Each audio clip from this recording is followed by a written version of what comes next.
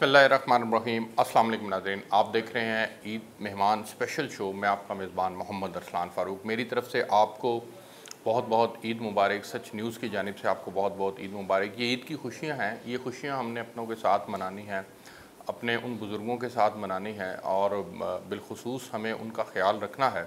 और जिन्होंने हमें हमेशा से जो है वो हमारा ख्याल रखा।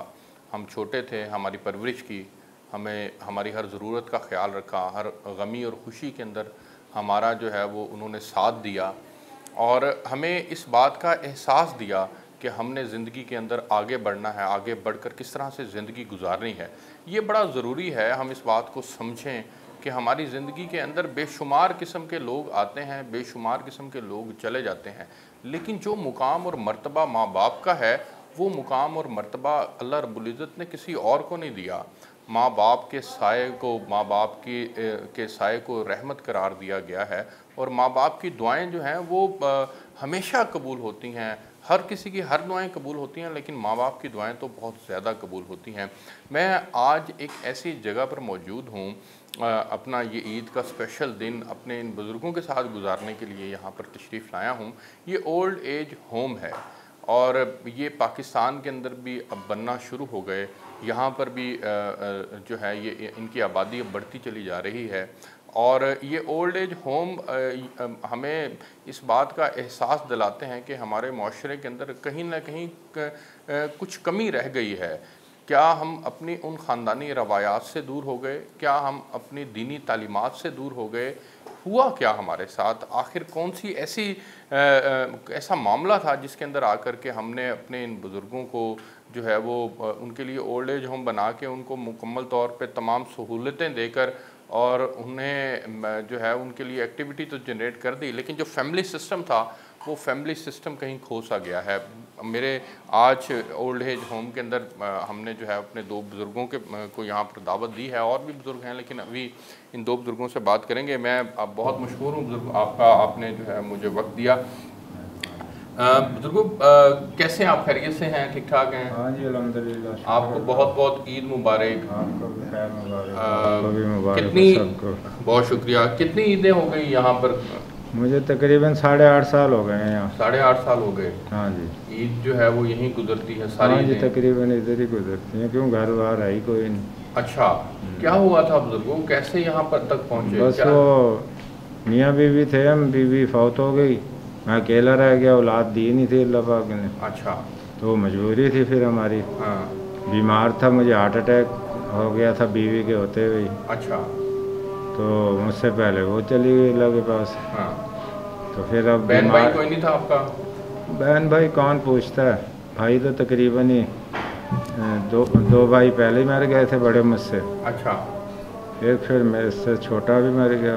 बहन भाई कौन रखता है, कोई नहीं रखता, अगर होते भी तो नहीं रखते, पहले ही नहीं रखते थे। कौन से इलाके से आप?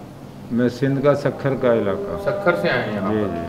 अच्छा। 1990 में यहाँ शिफ्ट हो गए थे लाहौर में। लाहौर में शिफ्ट हो गए? हाँ, तो फिर यहीं काम वाम करते रहे, वहीं न्याजी अड्डे की बैक साइड। अच्छा। तो फिर जब अकेले रह गए, बीमार भी रहते थे। हाँ। वो तो मैं टीवी देख रहा था, हमें तो पता ही नहीं था ओल्ड एज होम भी होते हैं। हमारे ख़ानदान में तो 100 साल के भी अल्लाह को प्यारे हुए हैं, उससे भी ऊपर के। मेरे वालिद साहब तकरीबन 78 साल के फौत हुए हैं। अच्छा। तो सब अच्छी अच्छी उम्र पा गए, हमने खिदमत करते रहे अपने माँ बाप की। हाँ। तो यहाँ पर फिर किस तरह से मुतारिफ हुए आपके ओल्ड एज होम में यहाँ जाना चाहिए? ये फैसला कैसे किया था? टीवी देख रहा था मैं बैठा, बीमार हो गया तो घर पे भी टीवी लगाया, ओल्ड एज होम दिखा रहे थे कफाला। अच्छा। और गुलबर्ग। तुम सीधी तरह भट्टा चौक बताओ, तुम गुलबर्ग लोगों को भटक नहीं हो गया ना। वो तो मेरे दोस्त हैं, अल्लाह उनका भला करे।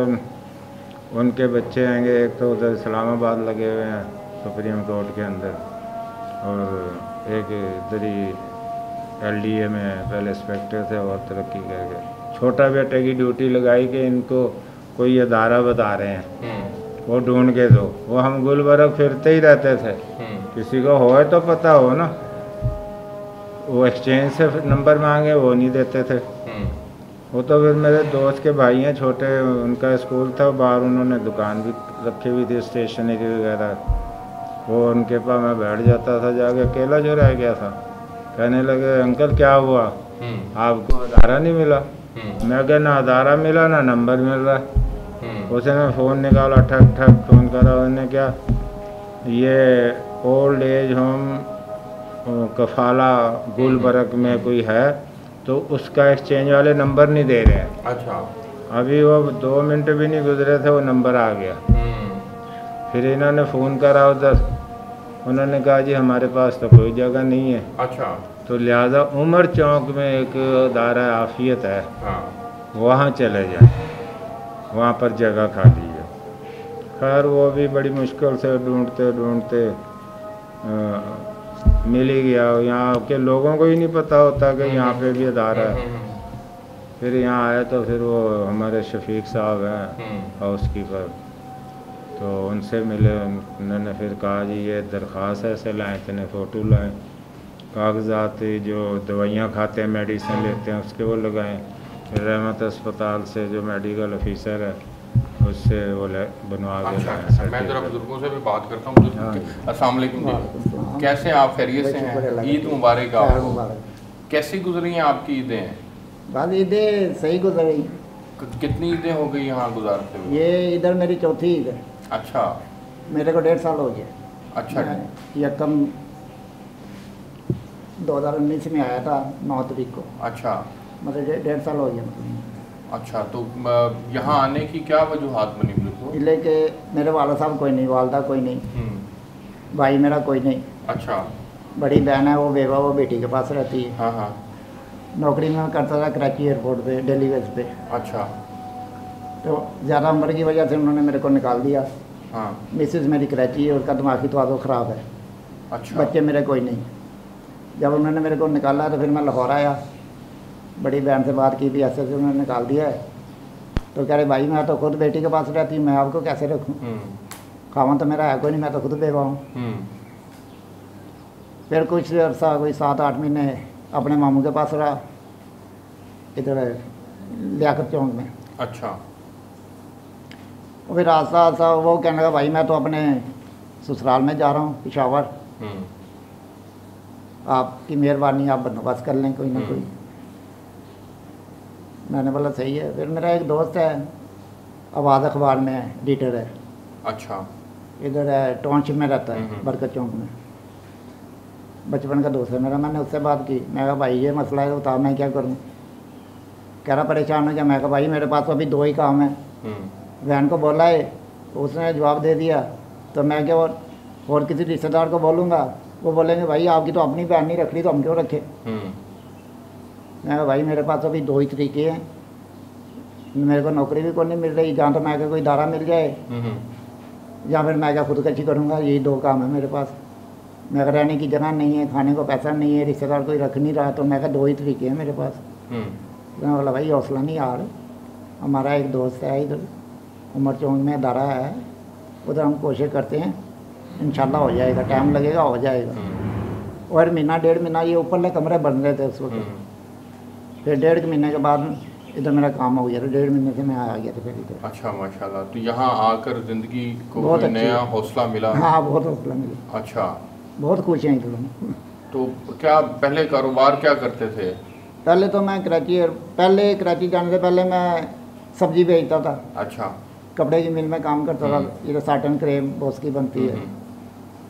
उसके बाद फिर दही बल्ले बेचने शुरू किए, तो वो अपना दही बल्ले और वो गोलगप्पे। अच्छा। उसके बाद फिर मैं वाला साहब ने शादी कराई, मैं कराची चला गया।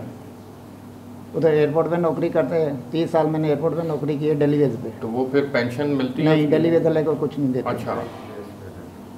और राज मजदूरी वाला साहब है, जितने लगाओगे वो मिलेगा। अच्छा। बताया आपकी छुट्टी है।